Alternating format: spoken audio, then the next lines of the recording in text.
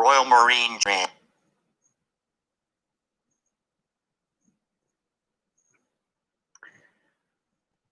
Hello and welcome to another AM Language live daily lesson video. In today's lesson, we are going to look at how to write work emails. So there'll be something for everyone at different levels, and we'll look at how to make sure we're understood and that the tone of our email is correct as well. And we'll look into what I mean by tone. We'll give people a few minutes for them to join, and then we'll dive straight in. I hope everyone is having a good day, that their morning lessons went well, and that if you had intensive classes, that also went well as well. Malta has now just about is reopening, so we are expecting to see some things return to normal. The airport has opened up, and this coming week we are going to see people flying in from different parts of the world, well, parts of Europe anyway. Some people have already started to travel, but it's going to be it's going to be an interesting period. Hopefully, we don't get a rise in coronavirus. I don't think we've had any new cases now for about 6 to 7 days. So fingers crossed that remains the same, because it's nice to be able to return to some normality, going out, being able to go to a restaurant, bar, meet people. And of course being able to go to school. Irina says hello. Irina, thank you very much for joining. Welcome to today's lesson. I hope you're doing well. So it's afternoon. It's just gone 4 o'clock, so of course I have my afternoon English cup of tea. Always need a good cup of tea at this time. If you've just finished your lessons, thank you very much for joining. Now, if you are watching this later, thank you very much. But as always, guys, make sure you like the video and subscribe. We're climbing in number of subscribers. We're not that far away now from 400 subscribers. So if you're new, make sure you like and subscribe to the channel. And if you know anyone who is looking to learn English, make sure you share the channel so we can increase those numbers, so we have more people joining the live chat sessions. Stefano says, good afternoon, dear Richard. You're welcome, Stefano. Good afternoon. I hope you're doing well. I hope you're having a good week. I think one of the things about the summer in Malta, it is hot, but you sometimes get these cloudy days. But to be honest with you, if you go swimming, even when it's a bit cloudy, it can be really quite nice. And so far, from what I've seen this week, the sea seems to be really nice. What I would say is, when going swimming in Malta is quite a safe place to swim. I mean, most of the time, the only thing you need to look out for is maybe a jellyfish. The only other things that we have to be careful of is strong underwater currents. Now, 3 underwater currents that I know of. There's one in Golden Bay.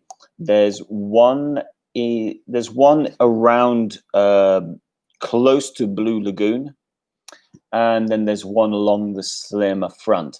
But those are important to know where they are, and those are the only things that you have to be careful of. Other than that, Malta is a safe place to go swimming. And the sea at the moment is really fresh. It's clean. I think the temperature is just right as well. So it's really refreshing. So it's lovely. Now, we have enough people to start, and let's get into it. So how to write work emails. Now, there's some things that we're going to look at. We're going to look at language that we can use to introduce, or make sure that we can introduce the topic and write with flow and context. So that's the first thing we're going to look at. So number one, we're going to look at your subject. Well, introducing your subject, which also then leads on to flow and context. Okay, so we're going to look at that. And number two, really important, striking the right tone. Now, what does this mean? It simply means getting the right meaning across. So this is one of the areas which is really important. You might write something that makes sense. You might write using the correct grammar, but the meaning still isn't there. This is when we need to look at the tone of the voice, the tone of our emails. And as a result, this leads us on to kind of a third point, choosing our language carefully. And on that one, we need to think about negatives. Okay, trying to avoid negatives. Okay, so let's go into it. Okay, now let's look at introducing your subject. This is really important, and this is something that if you don't do properly, people won't know what you are writing about. So here are some phrases you can use to introduce the topic of your email. And we'll look at the type of ones that you can use if if you're starting a chain of an email, or if you're responding to an email. So this is going to be good. Let's start off with how to introduce a topic. It's a fresh topic, and we're just writing. Okay, so let's start off with I would like to, so obviously you have to do the correct introduction. Dear Mr., for example, let's not forget that. I mean, dear Mr. or in some cases, Mrs. Brown, for example. In this case, we're going with the idea that we know who we're writing to. So I would like to draw your attention to, this is a good start. I would like to draw your attention to, meaning I would like to talk about, or I want to talk about something. So when we write it, we can say, I would like to draw your attention to, now this is then when you introduce your subject, okay? So in this case, let's say we're going to write to Mr., Mrs., or Mrs. Brown. And this is to do with maybe a problem that you can solve. So I would like to draw your attention to your recent product at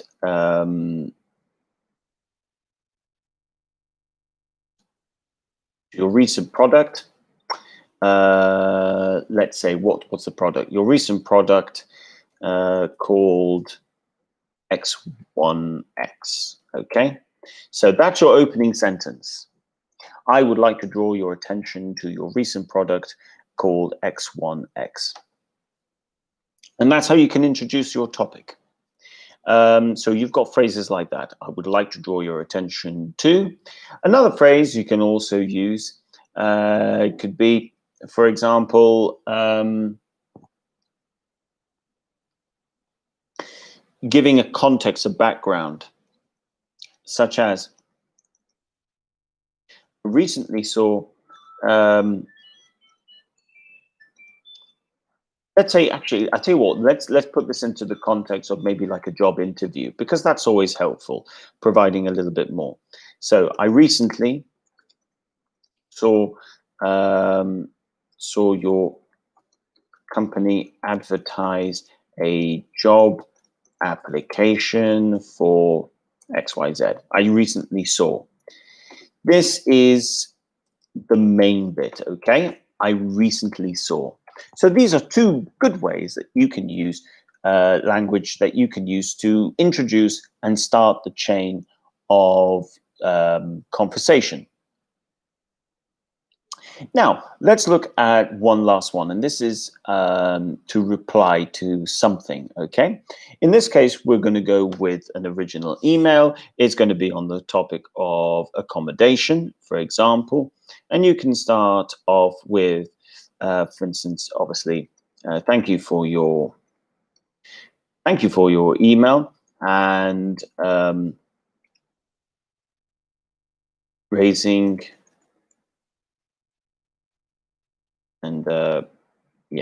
raising our attention to issues you stated.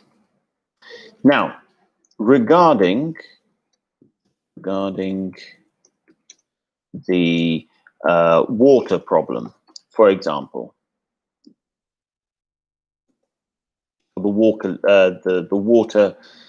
leaking water. Let's go with that. Leaking water.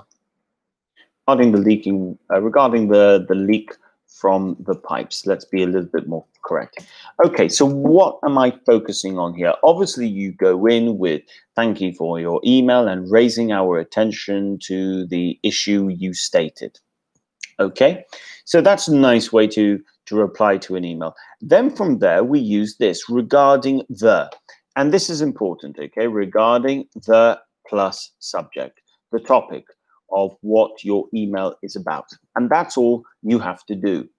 And that's it.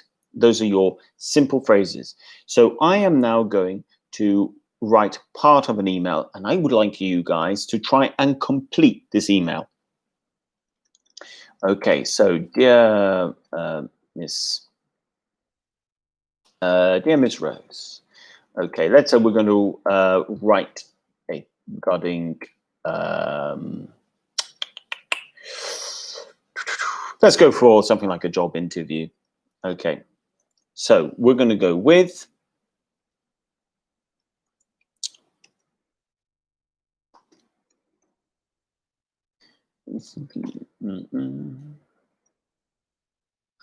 okay, we got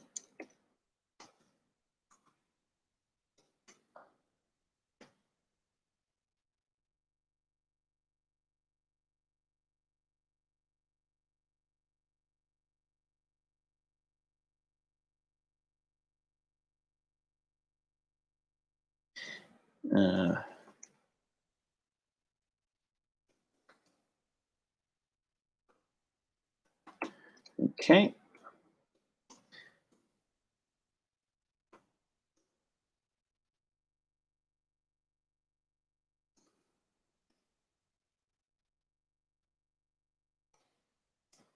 Okay, guys, quite simply, try and complete that sentence. So, dear Miss Rose, now here you need to think about the word recent, and you need to think about the style of it, the form. Then you've got C, so you need to think about, oh, is it going to be present or past? Your company, we're looking for the word advertise. Maybe there's no change to the verb. And then we've got marketing job. So let me know in the live chat section, how do you complete that? Evelina says, good afternoon, Evelina. So let me know, guys, how do you respond to that? How do you complete that, those sentences? Have a look in the live chat because you will see the answers. And then we'll move on to the next activity. Then we'll start to look at striking the right tone and the type of language we need to think about when writing an email. So let me know in the live chat. So dear Miss Rose, I should add, by the way, guys, M with a small s. It simply covers everything. Miss, Mrs. It solves all the confusion.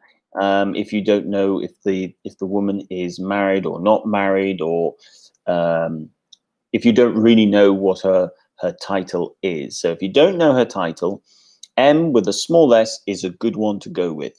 So, dear Miss Rose, I recently saw your company advertise a marketing job. Excellent, Stefano. That is a very good answer. Well done.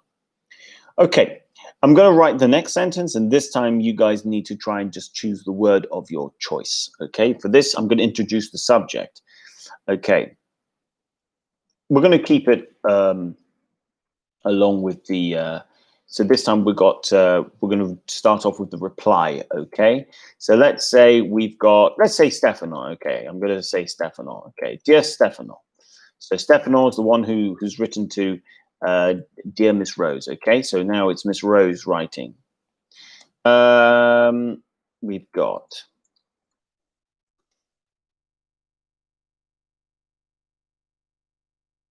thank you for. Okay, let's see how you guys finish this sentence.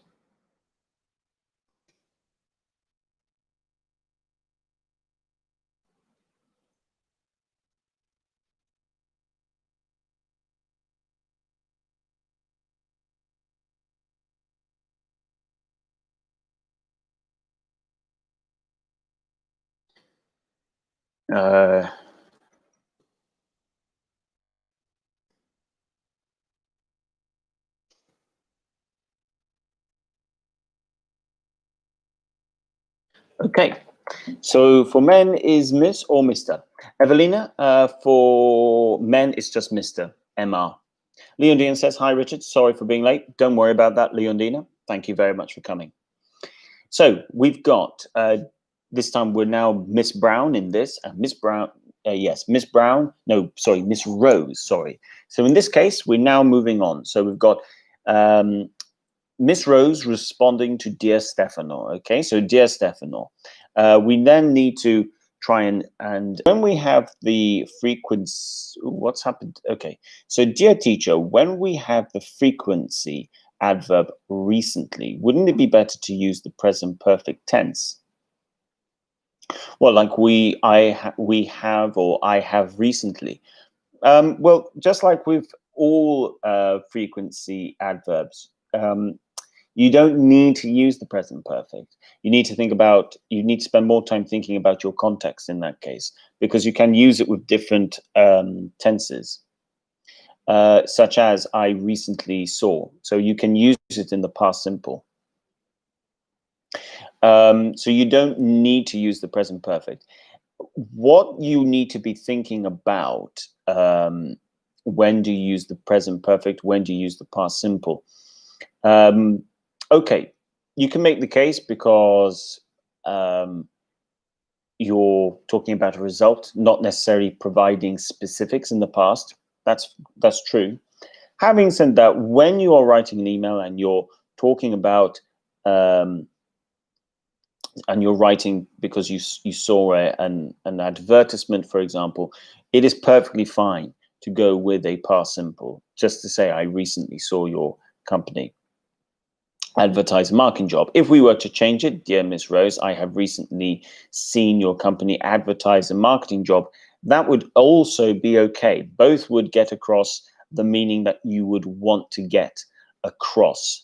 So there's not a problem with it. You could go for past simple or present perfect in this case. There isn't one that I would say is necessarily better. So we now have this little exercise to complete. We've got, dear Stefano, thank you for, now here we need to think about the verb draw. Should it be draw, drawed, draw, drew, drawn, or drawing? Now you need to think of a word that has the beginning with a 10, okay? To the issues in your apartment, full stop. Something the leaking pipe. For this, just look back through the live comment section. I'll give you a clue. It does begin with an R, a R, and if you look back through the chat section, you'll be able to see the verb I am thinking, well, the word I'm thinking of. And we need to think if it's going to be the present simple, a past simple version, or if in fact we're using what would be called a gerund sort of use of a verb.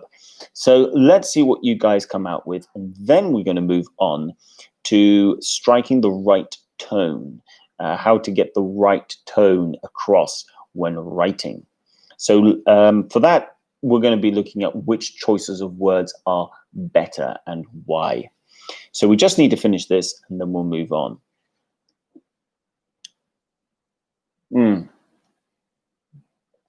Yeah, I think my tea is now too cold to continue drinking. That is disappointing. I'm going to have to go back to water.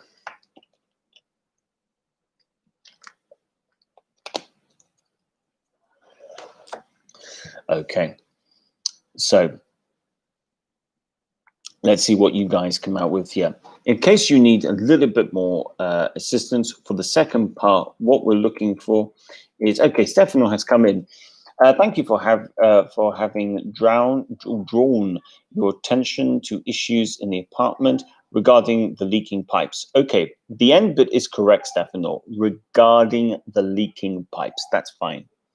Thank you for, now here, what you've gone for here is having drawn. No, it doesn't quite work here. What you're looking for, thank you for drawing our attention. That would be correct. And then that would be perfect. So you got attention correct, you got regarding, you just got the first one, only the first bit is when you draw, it's imagine you, what's happening to the connection today? I don't know why the connection is not working brilliantly. So imagine you, when you're talking about drawing your attention, is getting the person's attention. It's saying, look here. That's what we're really saying. But well done. That's pretty close. So let's look at the tone. Now, when we're talking about the tone, we need to think about our choice of words. So I'm going to write some words, and I want you guys to think, what do all of these words have in common, okay?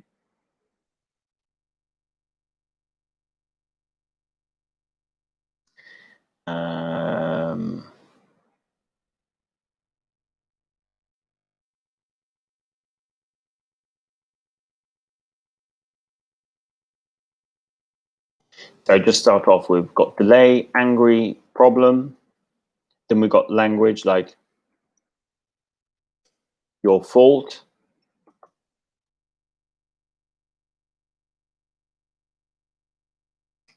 your mistake. What do all of these words have in common? What do you guys think? Are these positive words? Are they negative words? Are these words that can get a negative emotional reaction?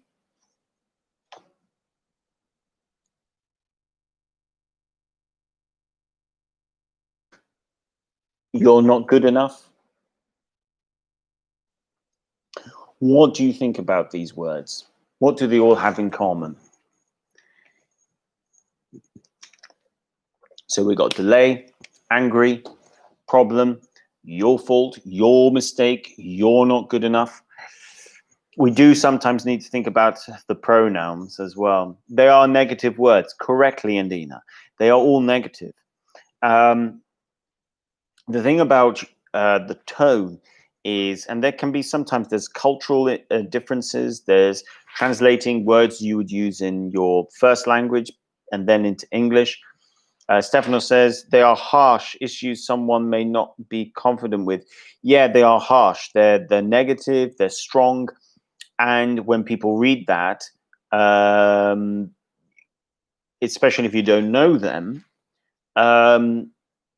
you might not get the response you need. So we need to think about the response we need.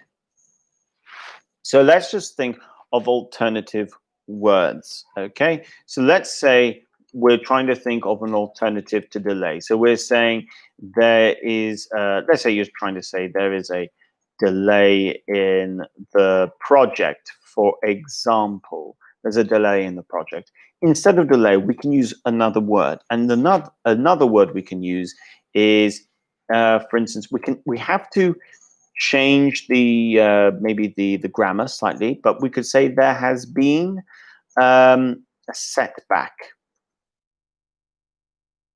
There has been a setback.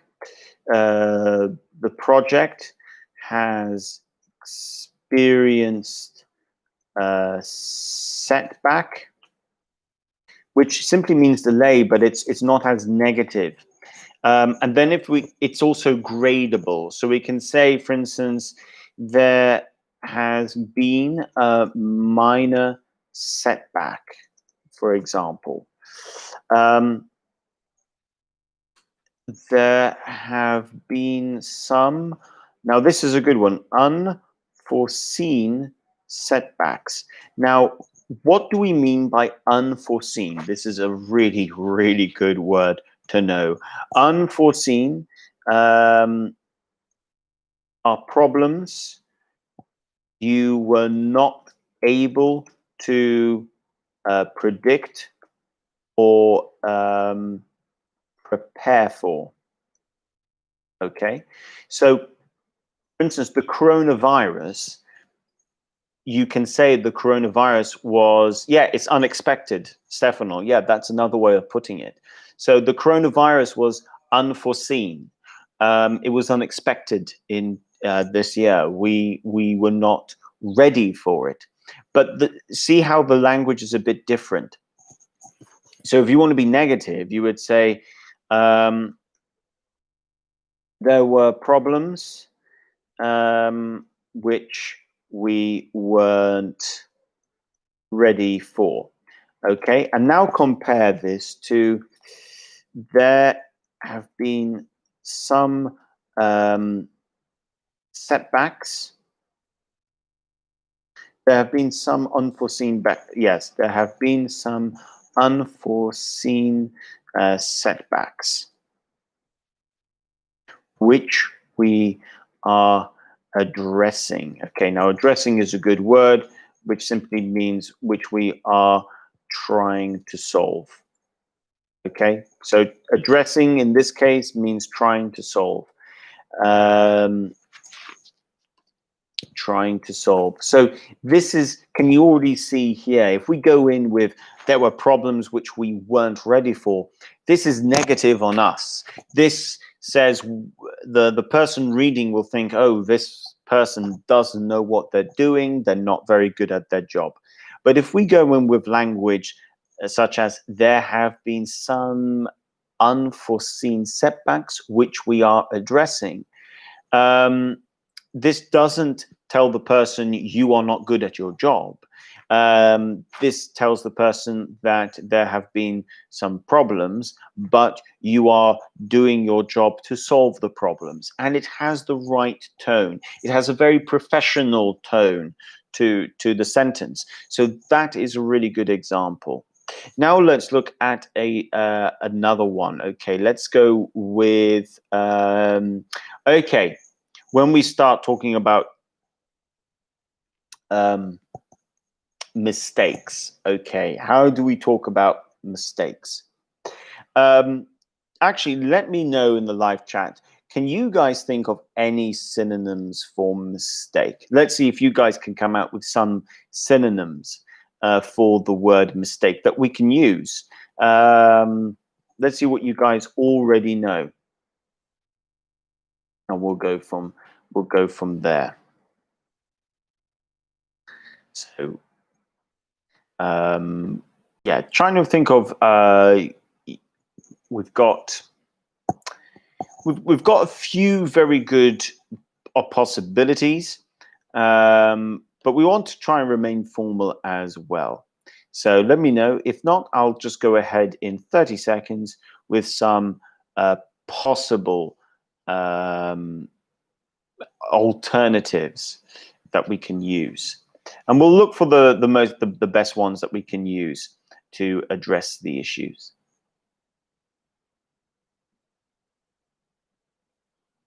Okay, so the first word I would say that we could use when we talk about mistake, we have to think about what the context of this mistake is. So we've got things like, okay, we've got underestimation.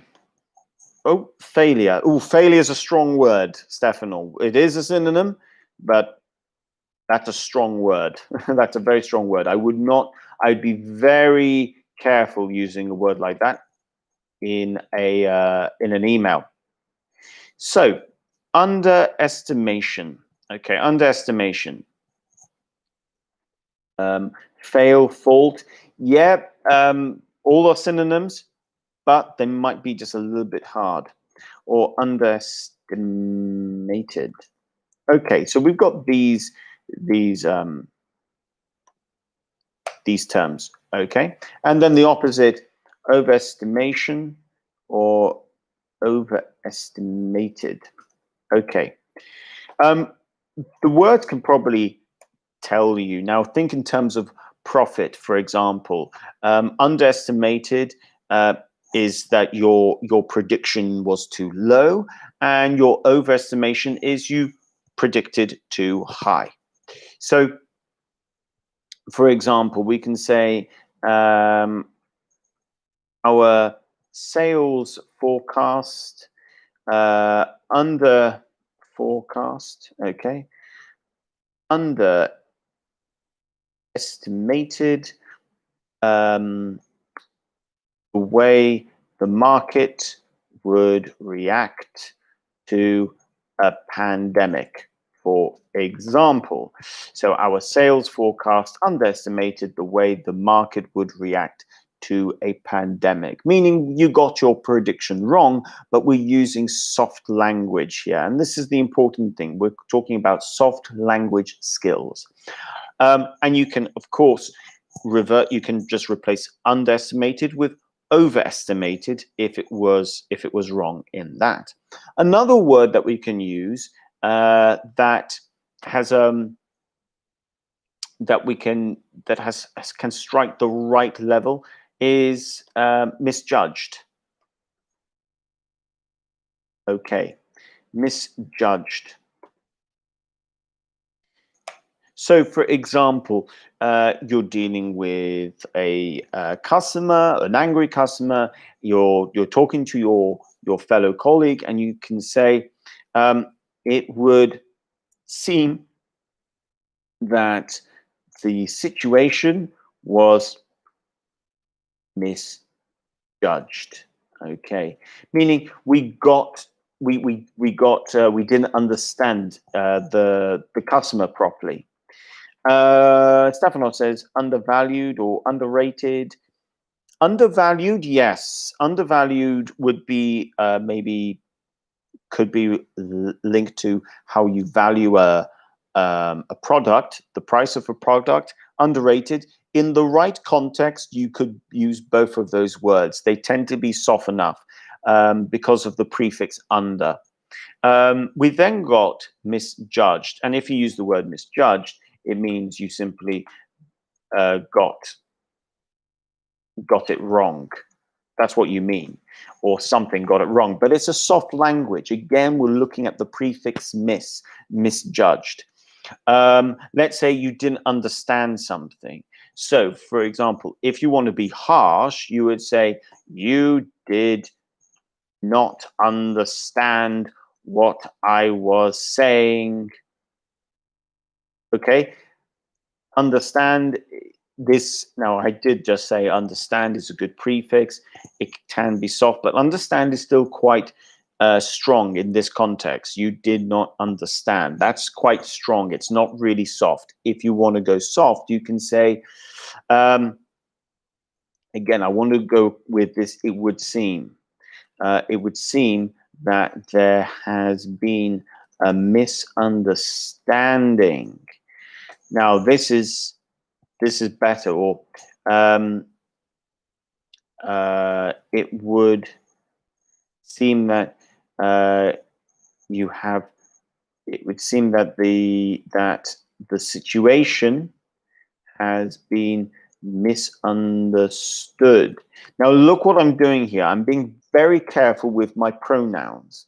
I'm not using the pronoun you. And we have to be careful because you is finger pointing. So if this is negative, you want to try and avoid you. And this is why you want to try and rewrite your sentence. So we can use it would seem. It would seem is a very good bit of language. It would seem, which simply means, in this case, I think, that the situation has been misunderstood. Misunderstood. Such an important word to know, meaning we think you didn't understand. You can see the type of grammar that we're using as well, and it makes a really big difference. So I think we're now just about ready to go into an activity. You will see here that, I mean, in this case, we're using something called a present perfect passive, and present perfect passives are very good to know in this situation. So what I'm now going to do, guys, is I'm going to write a sentence that is harsh, that is too strong, and I want you guys to try and soften the language for me, and you can rewrite the sentence for me as well. So let's go with one, okay?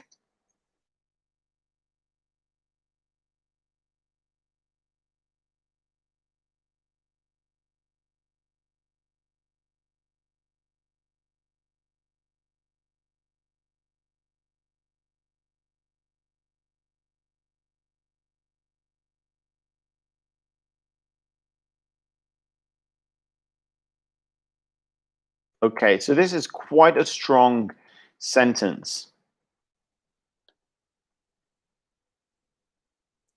So I think you did a bad job and you didn't get your predictions right and you don't know how the market works. So this is strong language. So soften, you guys now need to try and soften the language here. You need to try and rewrite it. I would suggest, guys, think about it using language like it would seem. Think about using synonyms for predictions, such as underestimated, misjudged, misunderstood, some of these words that we have looked at. And let's see what you guys come out with. But as always, the task when writing a work email is to soften your language. And that is a key, that is a key skill to know. It's the type of skill you would learn if you did a business English course with us, or English for Work course with us. It's the sort of language that you would also learn if you did 1 or 2 exam courses as well. But it's also something that you should learn at some point when you are, it's something that you can also learn when in general English, but there isn't the same amount of focus on it. In business English, there's a lot of focus on softening the language, and that's why it's so important, how to soften your language. And this is a very good example. Let's see what you guys come out with. So this is the sentence: I think you did a bad job and you didn't get your predictions right, and you don't know the market work, and you don't know how the market works. So like I was saying, it's a good idea to start off with it would seem. It's soft. It's a good way to start the conversation, your email. When it comes to things like you did a bad job and you didn't get your predictions right, this is when we can use terms like maybe misjudged, underestimated, overestimated, and you don't know how the market works. Again, this is the chance for you to use language like misunderstood, for example. So this is why this type of language is really good to know. We're not going to have enough time to look at all the different types of ways that we can soften a language. But if you like this type of lesson where we are looking at how to soften the English language when writing, let me know in the live comments, or in the comment section under the video, or just simply like the video. Let me know, is this the sort of content that you want more of? We're coming up to 5 minutes left. And let's see who can be the first one to rewrite this sentence. It can be a little bit difficult, but like I said, I think you did a bad job. A good way to go in here would be to change it to it would seem like there has been something. Let's see. I don't want to give away too many ideas here. For instance, it would seem like we didn't hit our target, for example. That would be another one. So let's see. Leonina says it would seem that the job has been misjudged and maybe you have misunderstood the market. Okay, Leonina, I think that's a really, really good effort. Well done. What would I say is, what do I like about that sentence? First of all, I'm glad you've gone in with it would seem. I think that's really good. It would seem that the job has been misjudged, and maybe I think the use of has been misjudged. I love that little bit of language because that's a present perfect passive. So really well done. And maybe you have misunderstood the market. I think the only thing I would change here is replace you. Like I said before, if you use you, that's the type of pronoun that we need to be really careful of. You could always change it to that the job has been misjudged or mismanaged, and maybe the you can change the end bit to saying, and maybe the market has been misunderstood. I think that's a good way to get around it. So maybe the market has been misunderstood. So Leonina, I think that's the main change I would make to your sentence. But really good. Stefano says it would seem that a better job would be done. You're really close. You would have to go with would have been done because you're now talking about an alternative past, as the predictions have been probably underestimated. Right. So as the predictions have been probably underestimated. If you're going to use probably, don't forget, have probably been. Your adverb needs to go in between have and been. So have plus adverb plus been. Have probably been underestimated. Then that would be a correct sentence. As a result, I like that. Some detailed market studies should be recommended. Okay, I think there's a lot of good things going on there, Stefano. I like the fact that you avoided using the pronoun you. That's a good that's a good way to automatically soften your language. I think you use underestimated well, and if you just put probably in between have been probably, I think that would be good. Like I said, just change. You just need that the first bit. A better job would have been done. Sometimes, guys, we need to think maybe an alternative for the word job. So maybe like the task, project, objectives, objective or objectives. There are always other words for the word job, and it's a good idea sometimes to think about. Again, it can help you soften that language. But the thing about doing this is knowing how to soften your language while being very clearly understood. And when you get to that level where you can soften your language, but people definitely understand what you are saying, then that is a fantastic achievement. And looking at some of these, let's say Leon